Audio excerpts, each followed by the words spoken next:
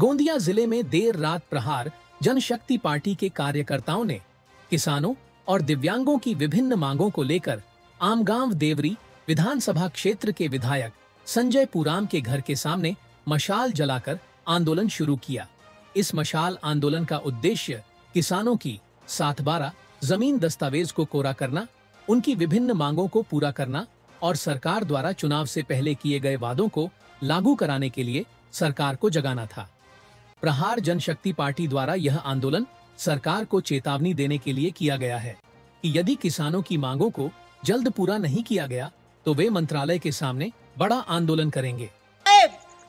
तुमची ज्या वेळेस सरकार स्थापन होण्यास होती त्यावेळेस तुम्ही ना सर्व शेतकऱ्यांना आणि महाराष्ट्राच्या जनतेला तुम्ही सांगितलं होतं की आमचं सरकार येऊ द्या, आम्ही तुमचं सगळं 7/12 कोरा केल्याशिवाय राहणार नाही, हे तुमचं वक्तव्य होतं।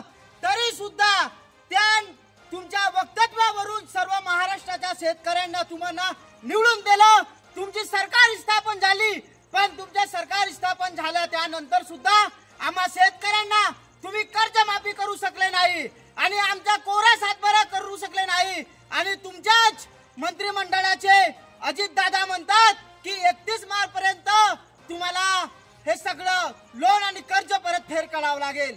आणि तुम्ही एकीकडे म्हणता की आम्ही 7/12 कोरा करणार आणि दुसरीकडे तुमचे अजित दादा म्हणतात भरा। हे आमच्या शेतकऱ्यांची अन्याय झालेला आहे आणि हे अन्याय आम्ही शेतकरी सहन करणार नाही।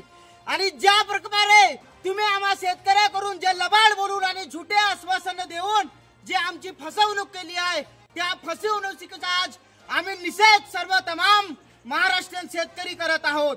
आणि येत्या काही दिवसात जर आमच्या शेतकऱ्यांची कर्जमाफी झाली नाही, आम्हा शेतकऱ्यांना आमच्या शेतमालाला हमीभाव मिळाला नाही, आमच्या दिवाण बांधवांना 6000 मानधन मिळालं नाही, तर तुम्ही लक्षात ठेवा आज हे मशाल तुमच्या डोक्यात जे आम्ही प्रकाशित करण्यासाठी पेटवत आहोत। आणि जर आमची मागणी पूर्ण झाली नाही तर येत्या काही काळात आम्ही तुमच्या मंत्रालयामध्ये सुद्धा तुमच्या डोक्यामध्ये प्रकाश काढण्याचे काम आम्ही करणार आहोत।